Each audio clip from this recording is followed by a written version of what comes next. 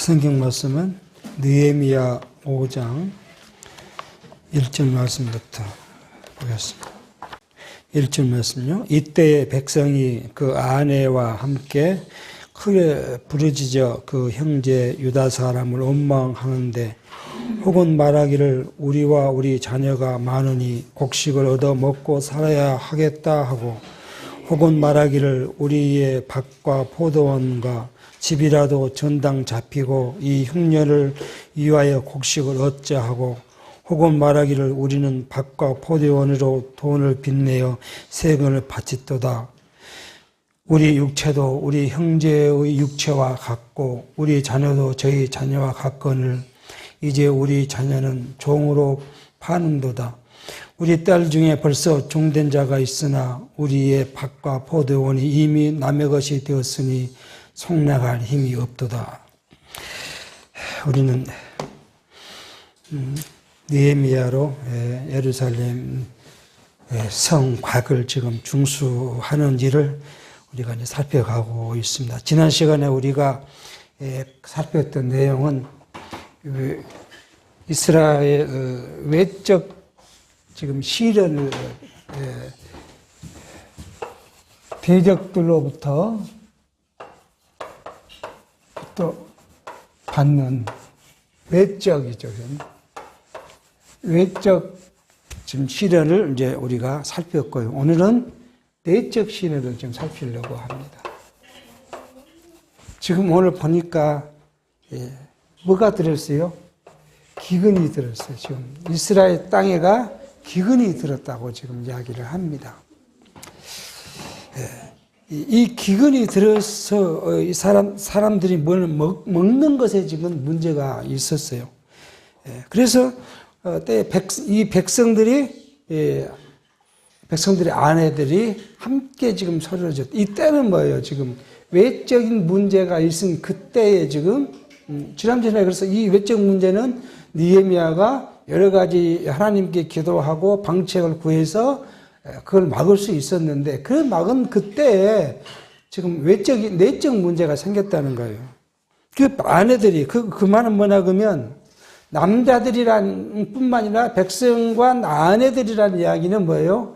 한 가정에 생계가 달린 문제라는 거예요. 그런 문제가 있어서 유다 사람들을 원망했다. 그렇게 이야기합니다. 내적 문제에 지금 누가요? 유다 사람들이 지금 거론되고 유다 사람들을 원망했다. 그 원망의 내용이 지금 그 뒤에 나옵니다. 어떤 사람은 뭐냐, 우리가 자녀가 많으니까 어떻게 해야 돼요? 먹고 살라니까 곡식을 빌어와야 돼요.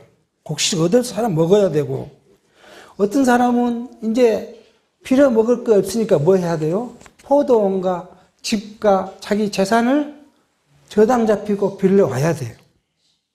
어떤 사람은 뭐 해야 돼요? 자기 포도원과 집을 저당 잡히고 돈을 빌려다 뭐 해야 돼요? 세금을 내야 돼요. 그러니까 원망하는데 첫째는 먹는 것을 지금 해결해야 되고요. 해결해야 돼요. 두 번째는 뭐예요? 세금을 지금 이야기해요. 이 세금은 뭐냐 그러면 우리도 지금 우리도 다 세금을 내죠. 당시 페르시아 왕이 각 족속에 내린 세금이 있었는데 이 페르시아 왕은 이 세금을 굉장히 합리적이었다 그래요. 그러니까 소득의 정도, 가족의 정도에 따라서 세금을 부과했다 그래요.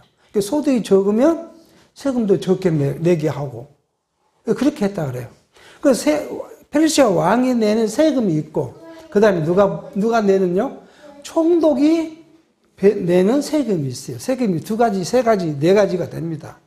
그러니까 세금은 가장 큰 것은 페르시아의 왕이 부과하는 세금이고요.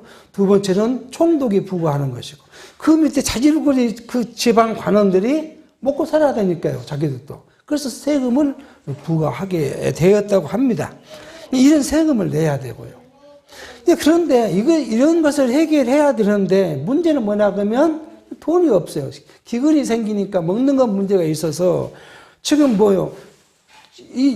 누구하고요? 유다 사람들과 지금 원망하는 사람들, 그죠?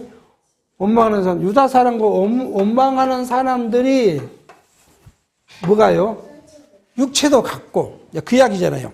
우리 육체도, 우리 형제의 육체와 같고, 이렇게, 지금 원망하는 사람들의 육체가 유다 사람들의 육체와 같고, 우리 자녀도 유다 사람의 자녀와 같거늘, 그런 같은 민족인데, 우리 자녀는 뭐, 종으로 팔게 되는 거 아니에요.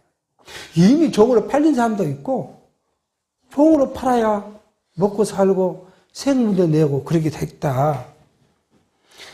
그런데 내가 우리 재산을 지금 밭과 포도를 저당 잡혔는데 뭐 해야 돼요? 갚고 그것을 빌려온 돈을 갚고 다시 가져올 힘이 없다 그 말입니다. 포도원이 이미 남의 것이 되었으니 성장할 힘이 없도다. 그 말은 지금 돈을 갚고 다시 가져올 힘이 없다. 그 이야기를 하고 있습니다. 그러니까 지금 이 1절부터 5절의 말씀을 보면 그 지금 예루살렘 그 지역의 지금 문제가 심각하다는 거예요. 심각하다는 거 아니겠습니까? 지금 예를 들어서 우리 지금 이 순천 지역이 어떻게 해요?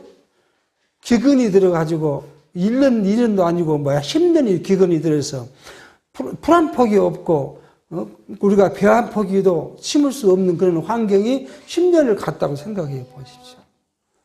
그럼 어떻게 하겠어요? 지금은 우리가 뭐 농사를 짓지 않고 다른 것을 해서 농사를 먹지만 만약 그렇게 됐다면 쌀값이 천정부지로 뛰었을 거 아니에요. 그래서 우리가 1년, 2년 갖고 있던 재산을 갖고 먹었는데 뭐 그런 정도 되면 뭐 국가가 완전히 풍성이 될 것이고 우리가 직장생활 하는 것도 생각도 못 해볼 것이고 그런 상황에 살게 되면 어떻게 했어요? 근데 자산도 팔릴 것이고, 뭐, 별걸 다 하지 않겠습니까? 그렇게 환경이 됐다는 거예요. 이 원망은, 이게 그냥 웃고 넘어갈 수 있고, 읽고 넘어갈 수 있는 상황이 아닙니다. 이런 심각한 것이 왔습니다. 이게 내부적인 것이죠. 하나님께서는 자기 일을 하는, 자기가 명령해서 지금 예루살렘 성곽을 건축하고 있는 이때에, 이런 때에, 왜 가나안 땅에 기근을 이렇게 주셨을까? 그거 백성들로 이 기근 때문에 문제가 생기도록 섭리하셨을까? 하는 이야기입니다. 그러니까 이게 뭐예요? 누구의 섭리예요? 이게? 이런 기근이, 이 기근이 누구의 섭리예요? 하나님의 섭리예요. 그러니까 하나님께서 하신 것인데 왜 이렇게 하셨냐 이거죠. 그러니까 천재지변이 그냥 우연이라고 생각한 이런 보통 사람들은 그렇게 우연이라고 생각하니까 의미를 두지 않지만 우리는요 이것이 하나님께서 하신 하나님의 섭리라고 하게 생각하니까 뭐예요? 왜 하셨냐는 거예요. 왜 하셨냐. 이건 이미 우리가 외적 이것을 주실 때 누가요? 표면적인 것은 이 사람들이 자기들의 이익이 없어서 일으킨 일이지만 이걸 하나님이 이걸 하시게 한 이유는 하나님께서 예루살렘 성곽을 누가요? 중수하셨다는 거예요. 중수하셨다는 거예요. 내가 너네 손으로 이렇게 흙을 이기고 돌을 갖다 쌌지만 이건 근본적으로 누가요? 하나님이 하셨다는 것을 알게 하신 섭리예요. 마찬가지예요. 이 내적인 것도 마찬가지예요. 내적인 것도. 우리가 모든 것이 뭐예요? 하나님을 중심으로 생각할 수 있게. 그래 않으면 자기들이 성곽을 쌓다 할 것이고 자기들이 성곽을 쌓다 그러면 무엇에 빠져요? 교만에 빠져요. 하나님을 잊어버려요. 이것이 과거 긴 역사 속에서 이스라엘 사람들이 했던 행위예요.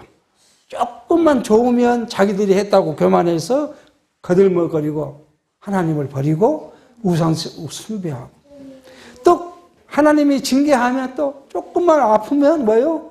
아이고, 우리가 아픈 것이 우리가 하나님 앞에 불순종해서 또 돌아요. 이게 이스라엘 백성들이 계속 있었던 하나님을 섬기는 일에서 자기중심적으로 했던 일들이에요. 이것이 하나님의 백성이 버려야 될 거예요. 하나님의 백성. 하나님의 백성이 버려야 할 것이 뭐냐 그러면 뭐예요? 자기중심적인 거예요. 자기중심.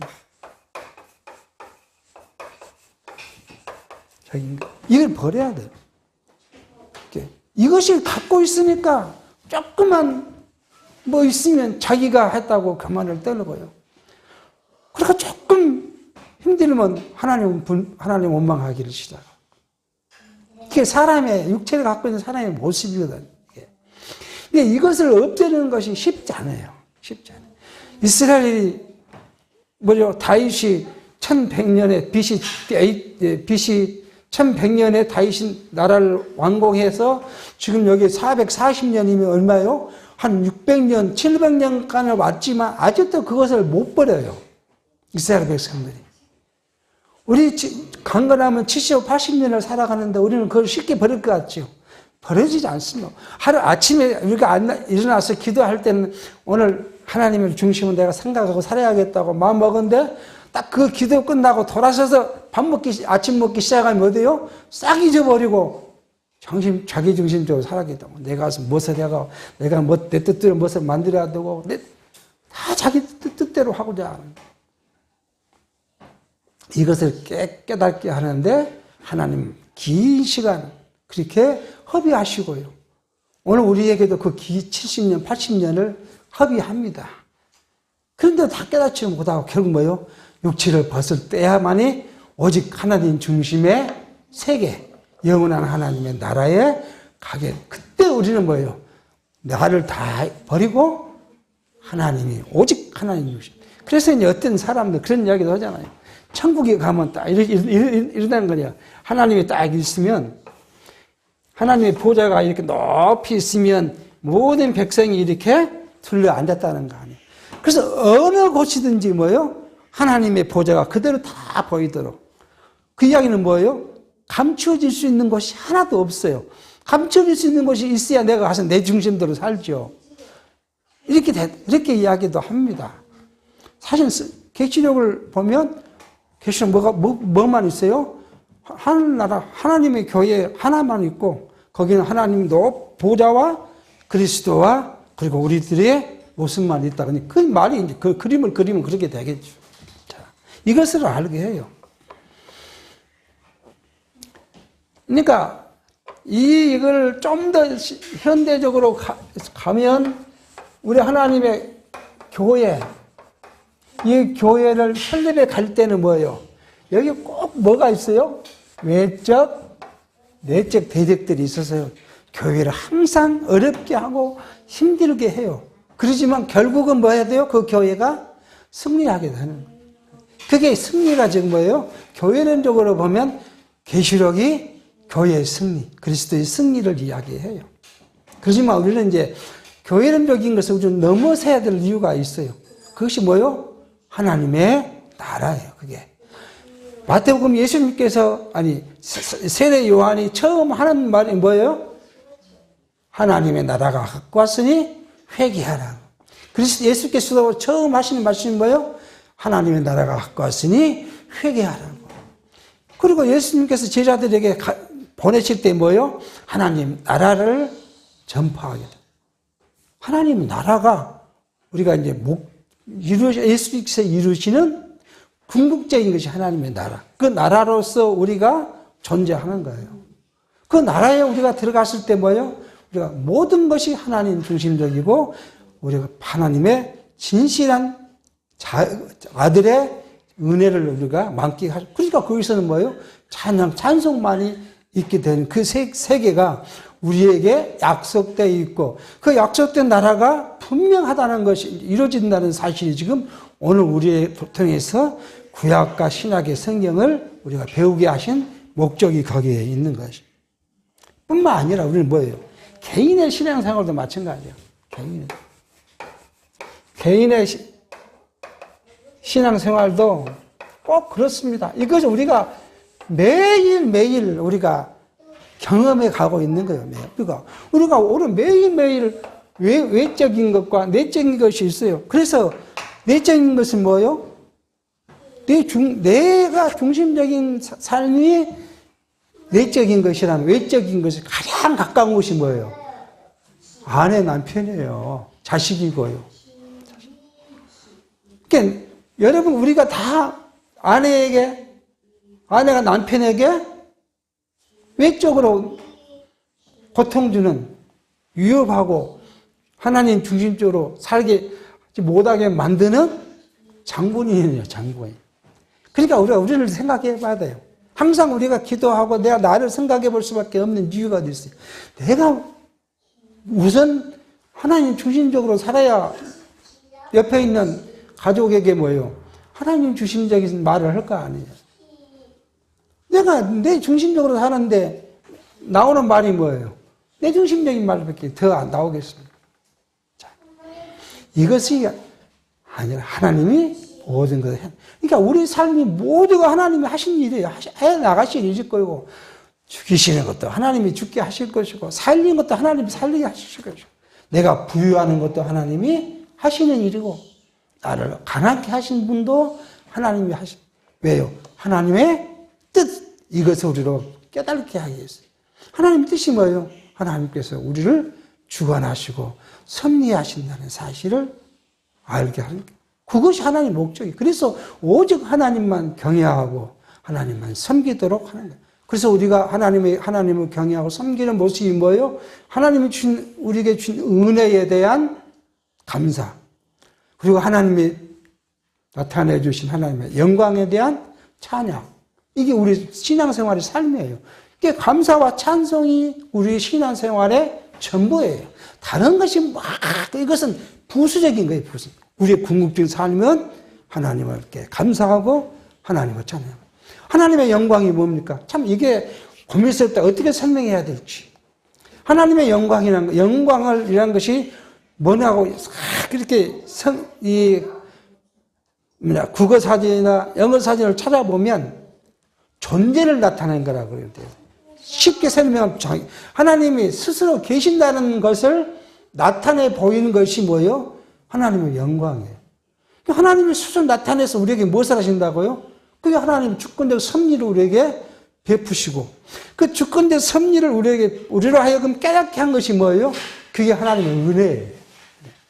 하나님을 아는 것 자체가 은혜이기 때문에 세속적인 교회가 가리키는 건 뭐예요?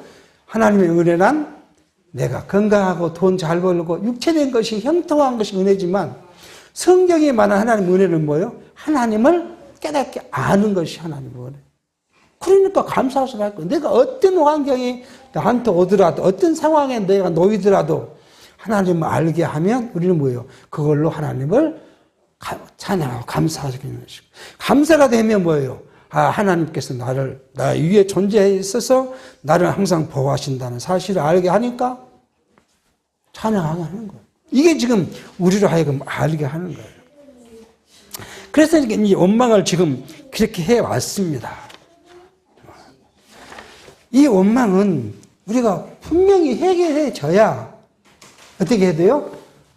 성곽을 쌓는 거, 하나님을 찬양한 일이 이스라엘 백성들로 하여금 이루어지게 할 것입니다. 그것이 이제 6절부터 이렇게 이야기를 해 보겠습니다. 6절, 내가 백성의 부르짖음과 이런 말을 듣고 크게 노하였다. 누가요? 느헤미야가 백성들이 부르짖음을, 이 말을 듣고 크게 노했다는 거예요. 화가 났다는 거예요. 그래서 중심에 계획하고, 느헤미야가 자기 중심에 뭔가를 생각을 했어요. 계획을 하고, 귀인과 민장을 꾸짖어 이르기를 너희가 각기 형제에게 치리를 하는도다 하고 대를 열고 저희를 쳐서. 자, 이 말을 지금 한번 생각해 보면, 귀인과 민장을 꾸짖었다는 건 뭐냐면, 이 유대 사람이라고 말한 사람들, 그죠? 유대 사람. 이 사람은 누구예요? 귀인과 민장들이에요. 아마. 이 사람들이 지금 같은 유대인 중에 있어도 민장과 귀인들을 이 지금 귀인은 뭐예요? 관원들이요. 관리하는 사람, 관원들이요. 관원들을 지금 불러다가 크게 꾸짖었고, 너희 형제들한테 취리를, 이자를 왜 받느냐? 이 문제를 지금, 거론을 했습니다. 신명기 23장 19절에 그렇게 말해요. 내가 형제에게 꾸이거든 이식을 취하지 말지니 곧 돈의 이식이나 식물의 이식이나 무릇 이식을 낼 만한 것에 이식은 취하지 말 것이니라. 그러니까 뭐요? 돈을 꾸이거나 음식을 꾸이거나 뭘 모든 꾸어졌는데 그 꾸어진 것으로 이식을 받는 만한 일이 있으면 누구에게 해요? 너 형제에게는 하지 마. 이자를 받지 마라. 그래놓고 20절에요. 타국에게는 타인에게는 내가 꾸이면 이식을 취하는 것도 괜찮다. 취하라고 했어요. 그러니까 타국에는 사람에게는 내가 돈을 빌렸으면 이자를 받아야지만 내 형제에게는 이자를 받지 마.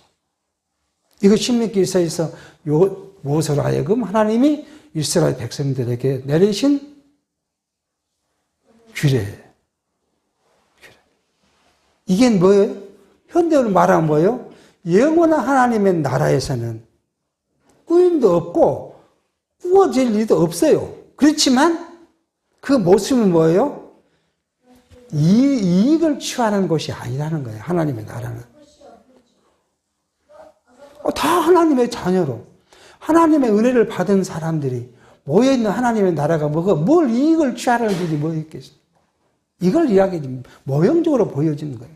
하나님 나라는 그러니까 뭐예요? 다 똑같다는 거예요. 근데 이제 어떤 잘못된 선생님이 뭐라고 가르쳐요?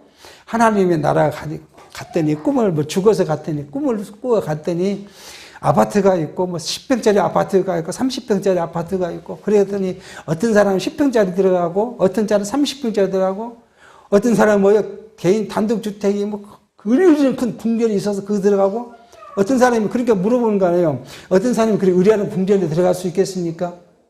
여러분 누가 들어가겠습니까? 답변 못 하잖아. 그러니까 충성하는 사람들, 연봉을 많이 한 사람들. 그렇지 않은 사람은 어디에 들어간다고요? 10평짜리 아파트 들어가. 그렇게 거짓으로 가르쳐 놓으니까 뭐야 돼? 있는 거 다 바치게 해야 돼. 그 일을 누가 제일 많이 합니까? 이단들이 그러잖아요. 재산을 다 바치게 하고 와서 일시키고요. 가정 집에도 보내지도 않고요. 그 이단들이 그것을 빙자해서 그렇게 가르치고 교회가 그렇게 가르치니까 그렇게 가르치고 그래서 뭐예요? 자기를 따르는 자들의 돈을 착취해요. 이를 취의 이자는 받지 말라. 그런데 왜 받았느냐 하고 지금 느헤미야가 책망을 합니다. 그리고 지금 여기 뭐예요? 대회를 연다 그렇게 이야기를 합니다. 대회를. 이 대회는 뭐냐 그러면 유대인의 회를 열었다 그 말이에요. 유대인의 회를 이야기합니다. 왜 열었겠는가? 이 말씀은 다시 거꾸로 돌아가면 귀인과 민장들이 느헤미야가 하는 책망에 대해서 이 책망에 대한 대답을 하지 않은 거예요. 그러니까 책망을 했으니까 뭐예요? 내가 받은 이익을 왜요? 돌려주겠습니다. 그렇게 해야 되잖아요. 그리고 앞으로는 이자를 받지 않겠습니다. 그 말을 해야 되는데 이 귀인과 민장들이 그 말을 안 하는 거예요. 그러니까 뭐 해야 돼요? 대회를 열었어요. 전체 유대인의 회의를 다 열어놓고 거기서 이제 뭔가를 하겠다는 거예요. 그 뭔가를 하겠다는 이야기를 지금 8절이 갑니다. 8절로 넘어가 보겠습니다. 이르기를 우리는 이방인의 손에 팔린 우리 형제 유다 사람들을 우리의 힘을 다하여 성능하였거늘 너희는 너희 형제를 팔려고자 하느냐? 더구나 우리의 손에 팔리게 하겠느냐 하매 저희가 잠잠하여 말이 없죠. 자, 이제 유대인의 대답이 없으니까 유대인의 회의를 개최를 해서 여기서 다시 또 이야기하니까 여기서도 뭐예요? 아무 말을 안 가만히 있어요. 이건 육체적으로 보면 그럴 수밖에 없잖아요. 내 이익을 다 버려라는 이야기를 내가 그렇게 하겠다고 누가 할 수 있겠습니까? 근데 오늘 말이 그 말입니다. 우리가 이방인 손에서 팔려가지고 어디에 있었어요? 바벨론 땅에서 종이 돼 살았잖아요. 종이 돼 살았는데 그래도 이 페르시아가 어땠어요? 자치권을 줬기 때문에 종으로 살지 않고 유대인들이 자유인으로 살았어요. 종으로는 갔지만 삶 방식은 그냥 자유인으로 살았어요. 그런데 그 땅에서도 어렵게 사는 사람이 있어요. 왜 그런지는 모르지만 똑같이 가서 사는데 잡혀가 사는데도 어려움이 있으니까 팔았던 사람도 있어요. 물건도 팔고 사람도 팔았던 사람이. 그때 뭐예요? 우리 형제들이 A가 팔리면 B, C, D가 모아서 가서 그것을 대신 값을 주고 속량해 왔다. 우리가 진짜 어렵게 그 남의 나라에 살면서도 그렇게 했는데 지금 우리가 이렇게 자유하게 우리 땅, 가나안 땅에 와가지고 우리가 사는데 우리 형제를 팔고 우리 손으로 그것을 팔게 하겠냐? 라고 책망하는 거죠. 자, 그렇게 하니까 이제 뭐 조금 있으면 좋게 가야 되는데 아직도 말이 없습니다. 내가 또 이르기를 너희의 소위가 좋지 못하도다. 우리 대적 이방 사람의 비방을 생각하고 우리 하나님을 경외하며 행할 것이 아니냐. 자, 뭐 한 말도 않고 있으니까 지금 느헤미야가 화가 날 거 아니에요. 그러니까 또 너희들 하는 일이 소위가 지금 좋지 못하다. 우리를 성경이 말로 이렇게 했으니까 그렇지 심정적으로 뭐 상처가 나올 거 아니겠습니까? 자, 그런데 생각해 봐라는 거예요. 너희가 하는 일을 생각해 봐라. 첫 번째 뭐예요? 누구로부터요? 첫 번째. 너희 행위가 첫 번째는 뭐예요? 대적들이 뭘까? 비웃을 것이란 거 아니에요. 대적들의 비웃음이 너희들이 어쩌고 뭐 하나님을 경외하고 어쩌고 한다고 하는 거 하나님이 너희 성을 쌓게 한다고 그러고 예루살렘 성전을 짓고 그렇게 하는들 너희 봐라 뭐 너희 족으로 팔고 너희들 하나님의 백성이 같은 민족이냐? 그렇게 비웃을 거라는 거 아니에요. 그걸 생각해 봐라는 거예요. 지금 너희들이 지금 아무 말도 않고 있는데 한번 생각해 봐라는 거예요. 그리고 또 뭐예요? 하나님을 생각해 봐라는 거예요. 두 번째.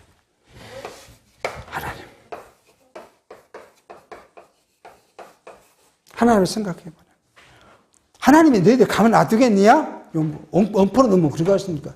하나님의 뜻을 이루지도 못하고 하나님께서 주신 계명도 위배하고 그렇게 너희들 하는데 생각해 봐라. 하나님이 너희를 가만 두겠느냐? 여러분 근데 오늘 저와 여러분 절대 하나님 그렇게 말씀하시지 않아요. 하나님 내가 너희를 가만 두고 봐 이런 말 하지 않으세요. 지금 이건 뭐예요? 모형적인 시대이기 때문에 지금 그 이야기를 하는 거예요. 이 말을 들은 귀인과 민장들이 어떻게 했어요? 가슴이 철렁 내려앉지 않겠어요? 기뻐. 이 대적들의 비웃음은 우리가 그냥 웃고 넘어갈 수 있겠지만 하나님께서 하신 애들을 가만 듣고 이 생각하면 가슴이 철렁 내려앉을 거 아니겠어요? 10절입니다. 나와 내 형제와 종자들도 역시 돈과 곡식을 백성에게 취하여 주나니 우리가 그 이식을 받기를 그치자. 그런즉 너희는 오늘이라도 그 밭과 포도원과 갈라문과 집이며 취한 바 돈이나 곡식이나 새 포도주나 기름의 100분의 1을 돌려보내라 하였더니 명령을 한 거예요. 내가 나와 내 형제가 지금 페르시아에서 같이 왔던 자기 종들이 갖고 왔던 모든 재산이 많이 있잖아요, 지금요. 그 자기 형제라고 뭐야. 하나님과 페르시아에 와갖고 이야기했던 그런 사람들이 만약에 이것을 취하는 것이 있으면 다 돌려주고 앞으로는 이거 받지 않는 걸로 할 것이고 다 돌려줄 거다. 그러니 너희도 오늘 다 돌려주고 이제 모든 것을 받지 마라. 그렇게 하자. 그렇게 지금 이야기합니다. 이 대책을 이야기한 거예요. 대책이 뭐예요? 이제 대책이 유대인의 회에서 나온 대책이 뭐예요? 이자를 받지 말고 받은 이자는 돌려주자. 이게죠. 그렇게 대책을 지금 이야기를 합니다.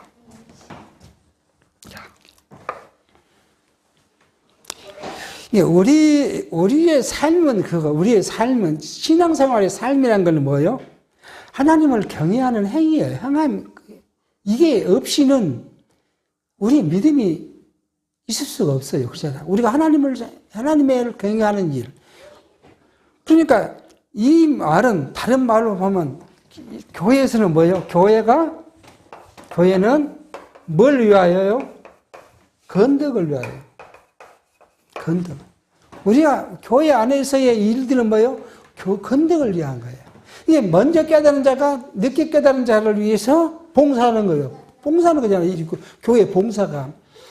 말씀을 가르치고 하는 사람도 먼저 깨달은 자가 늦은 뒤에 오는 사람을 위해서 하는 것이에요. 그러니까 대접을 받고 자기 권세를 쥐고 흔들기 위해서 하는 것이 아니라 모두가 다 섬기는 일은 섬기는 일. 그래서 예수님께서도 우리에게 그러나 내가 대접을 받으러 온 것이 아니라 너희를 섬기러 왔다. 내가 너희를 위하여 섬기러 온, 그걸 표현해서 뭐예요? 하나님이 육신을 입고 온 그것을 겸손이라고 이야기를 해요. 교회가 건덕을 위한 거거든요. 이게 우리 성도의 삶입니다. 자, 그리고 이제 12절요. 저희가 말하기를 우리가 당신의 말씀대로 행하여 보내고 아무것도 요구하지 아니하리라 하기로 내가 제사장들을 불러 저희에게 그 말대로 행하리라는 맹세를 시키게 하고. 그러잖아요. 자, 그런 거잖아요. 유대인 회에서 회를 소집하는 게 전체를 모아놓고 이야기를 하고 거기서 지금 뭔가 결과를 내겠다는 거 아니에요. 내니까 그렇게 말하니까 사람들이 뭐예요? 자, 그럼 우리가 당신의 말대로 하겠습니다. 근데 이 대답이 감정적일 수도 있잖아요. 다 모여있으니까 체면 생각하고 뭐 생각하고 감정적일 수도 있잖아요. 그것을 갖다가 쐐기를 박는 일이 뭐예요? 제사장들을 딱 오려놓고 제사장들 앞에서 뭐예요? 맹세를 하는 거예요. 하나님의 이름을 앞에 맹세를 한 거예요. 하나님 앞에 맹세를 했으니 뭐 해야 돼요? 안 할 수 없는 거 아니에요. 안 할 수. 그러니까 느헤미야가 이렇게까지 쐐기를 박습니다. 그래놓고 또 말합니다. 내가 옷자락을 떨치며 이르기를. 옷자락 떨치라는 건 뭐예요? 이 앞에 이것을 막 이렇게 떨었다는 거예요. 이렇게. 이 말대로 행치 아니하는 자는 하나님이 또한 이와 같이 그 집과 산업에서 떨치시지니 저는 곧 이렇게 떨쳐져 빌지로다 하매 회중이 다 아멘하고 여호와를 찬송하고 백성들이 그 말한 대로 행하느니라. 지금 내가 하나님 맹세한 대로 하지 않으면 내가 이렇게 떨칠 것처럼 하나님이 너희를 이렇게 털어버렸거든요. 털어서 버린다는 거예요. 털어서. 어디로요? 털어가지고 유대인의 회 우리에서 털어내버리겠다는 거예요. 그럼 무슨 말은 그 말이 뭐예요? 현대 말하면 하나님께서 그를 지옥으로 보내버리겠다는 거예요. 얼마나 무서운 이야기를 느헤미야가 하고 있습니까?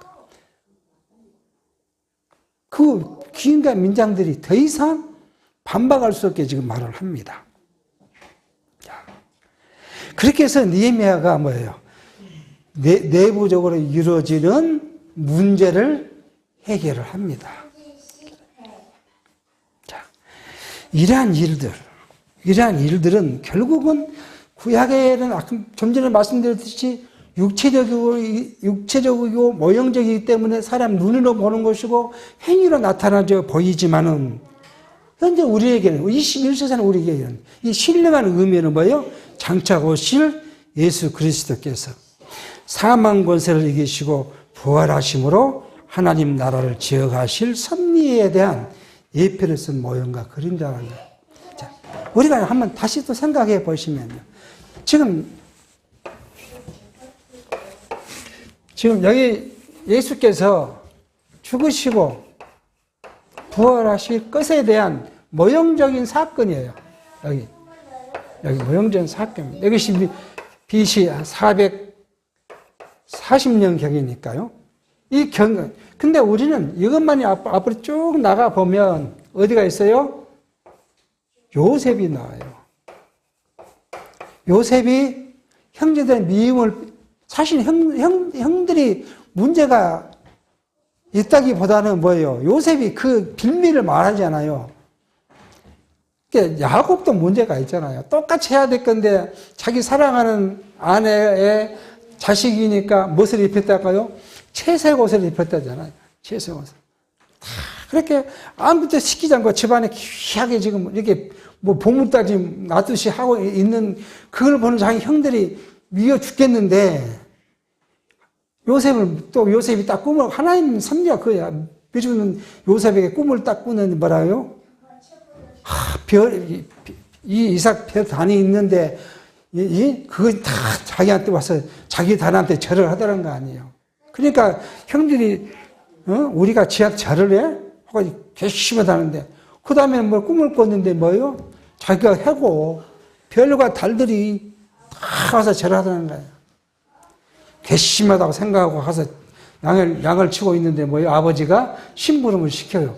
아, 저놈이 오는구나. 뭐 하자고요? 죽여버리자. 너네 가시처럼 죽여버리자.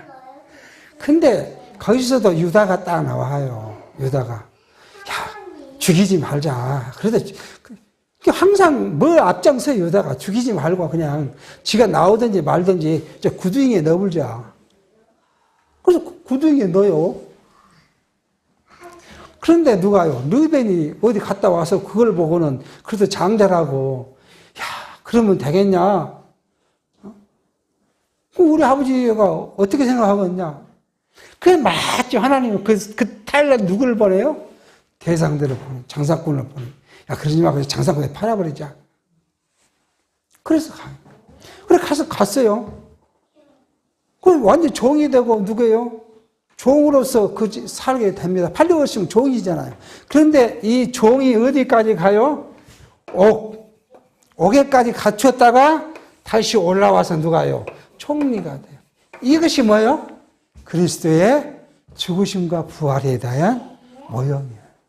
그래서 뭐예요? 예수님께서 말씀하실 때 뭐예요? 구약은 다 자기를 가리켜 이야기하는 것이다. 그렇게 말씀합니다.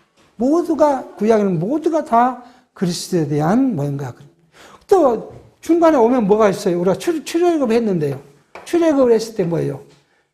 다 하나님을 원망하다가 불뱀이 나와서 물어 죽입니다. 그러니까 무엇을 하라고요?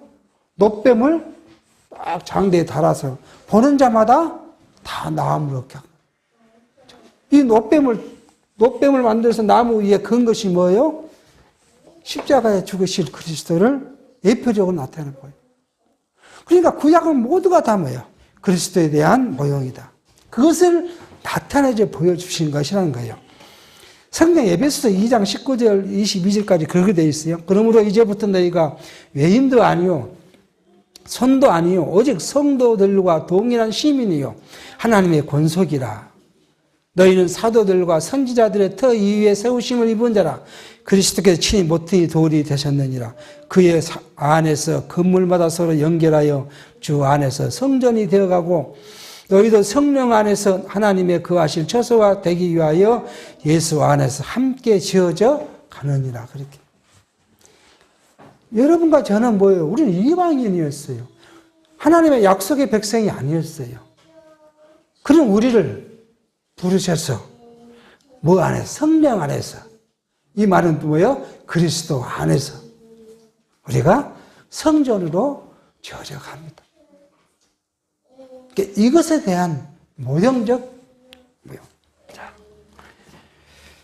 그리고 에베소 1장 이러한 일들은, 이런 계시 섭리의 일들은요, 예레미야를 통해서 예언한 일들, 예레미야가 뭐예요? 70년 차면 돌아와서 회복시켜 주시겠다는 일들. 이사야가 예언한 일들. 또 뭐예요? 또 멀리 가면 어디 가요? 신명기에서 너희들이 회복되어 오면 뭘 하겠다고요? 하나님을 찬양하는, 제사하는, 하나님을 경배하는 소리가 계속 나겠다는 하는 하나님의 약속. 이 약속이 이루어졌다는 사실을 통해서 뭐예요? 이스라엘 백성들이 하나님을 알고 깨달아서 여호와를 경외하고 그분만 섬기게 하는 하나님의 주권적 섭리라는 사실을 우리하게 알게 하신 말씀입니다. 그러니까 우리는 이 성경이 우리에게 주어진 것을 우리가 자꾸 말씀을 드리지만 이 핵심은 어디 있어요? 구약에 말한 하나님의 언약이 성취된 사실, 역사적 사실들을 통해서 예수께서 우리에게 약속하신 것, 그거 뭐요? 우리가 하나님의 백성이 돼서 영원한 하나님 나라까지 인도에 가며 그 나라에서 우리가 하나님을 섬기며 경외하며 찬송하며 살 것이라는 약속.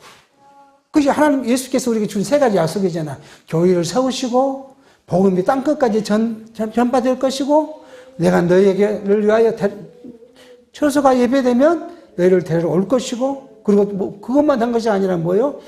만 왕의 왕으로서 심판주로서 세상을 심판하실 것이라는 약속.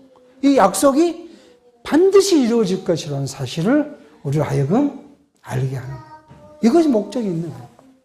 구약의 목적이 신약의 그 약속이 분명히 이루어져서 우리가 영원한 나라의 약속을 받은 대로 그 나라의 백성이 될 것이라는 사실을 확인시켜 주는 것이 구약을 우리에게 준 목적이라는 사실을 알게 합니다. 그런데 이제 우리가 교회로 그것이 하나님의 나라, 지난 시간에 말씀드렸지만 하나님의 나라가 하나님의 나라. 예. 이 하나님의 나라를 약속했잖아요. 그 나라가 하나님 나라로 성취될 것. 이것을 보는데 이 하나님의 나라가 지금 여기는 어디로 와 있어요? 지상에 교회로 지금 와 있어요. 그러니까 우리 교회는 교회를 나가고 안 나가고 이런 차원이 아니에요. 교회 신앙생활 하는데 교회를 나가서 예배를 드려야 된다. 아니 좀 안 할 수도 있지만 이런 차원이 아니에요. 왜요? 우리가 여러분과 제가 하나님의 나라를 지금 세워가는데 지상에 하나님 나라를 세워가는데 하고 안 하고가 어디가 있어요? 이게 의무도 뭣도 아니에요. 우리가 갖고 있는 뭐예요? 이게 권리요, 권리. 저는 의무가 아니에요. 의무가 아니에요. 우리가 의무감을 갖고 예배에 참석한 것이 아니에요. 뭐예요? 권리요, 권리. 이방인 여기 예배에 참석할 수 있는 권한이 없어. 권한이 없어요. 와도 하나님 인정해 주지도 않아요. 그 사람 와도. 하나님께서 택하시지 않는 자는 와서 아무리 예배를 하고 그래도 하나님은 그 예배를 받아들이지도 않아요. 아니 이제 어디에요? 스님들이 교회 가갖고 예배를 드린다 하잖아요. 지금 기장은 스님들이 천주교든 기장교회든 그 사람들이 오고 가고 하고 있으니까 와서 성탄절에 와서 축하 예배를 드린다고 하나님이 그걸 받아주시지도 않아요. 누구에게만요? 자기 택한 백성이 드린 예배만요. 그러니까 여러분과 저는 이 예배하는 것이 뭐예요? 권한이에요, 권한. 이게 권한을 가진 사람들이 교회에 오는 것이고 예배하는 것이지 권한이 없는 자가 누가 옵니까? 그러니까 우리는 이것에 대해서 의무감을 가지면 안 돼요. 의무감.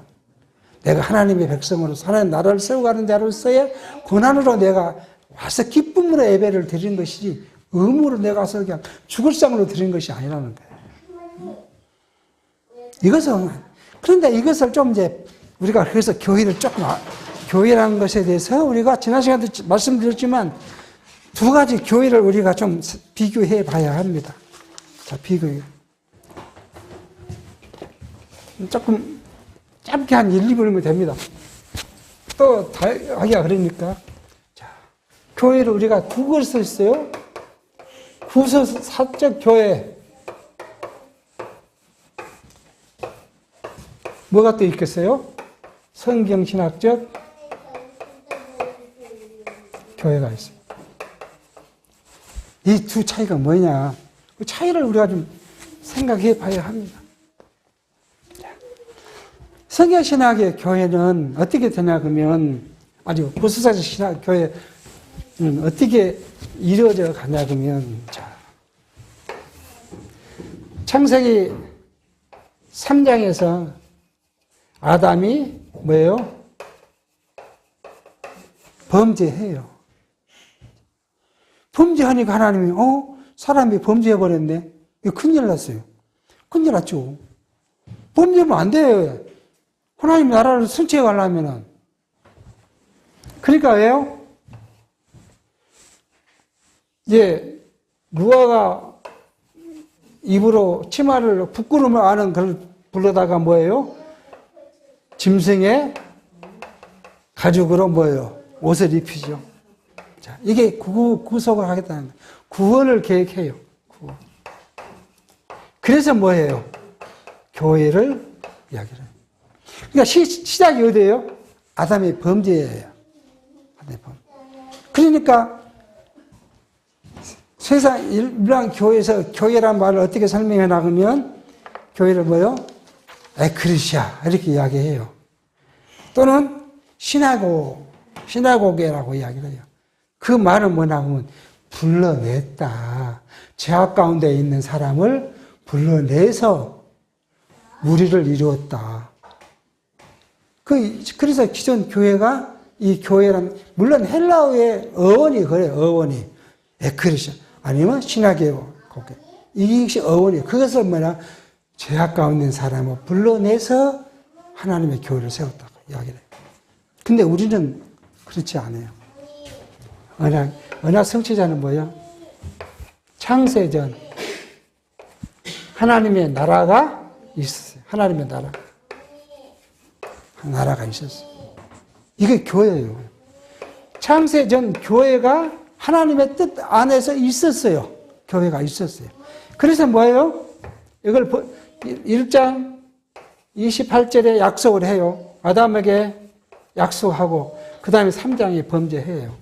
근데 이것이 뭐라고요? 하나님의 작정이고 계획이에요. 그러니까 언약 성취자에서는 교회가 언제부터 있었다고요? 창세 전에부터. 우리를 교회로서 삼으셨다. 여러분과 저를 교회로 삼으셨다는 거예요. 하나님 나라 교회로 삼으셨다. 그러니까 우리가 이 교회에 뭐예요? 하나님을 우리로 하여금 교회로 삼으신 그것이 뭐예요? 감사하다. 창세 전에 여러분과 저를 교회로 삼으셨어요. 그러니까 구속사적 관점에서는 교회하고 성경신학적 관점에서 교회가 엄청난 차이가 있는 거예요. 구속사적은 뭐예요? 내가 범죄하니까 하나님이 불러서 교회를 세우시는 것이고 우리는요 창세전 그리스도 안에서 우리를 교회로 세웠어요. 그래서 오늘 우리가 여러분과 제가 교회를 세워져 가는 거예요.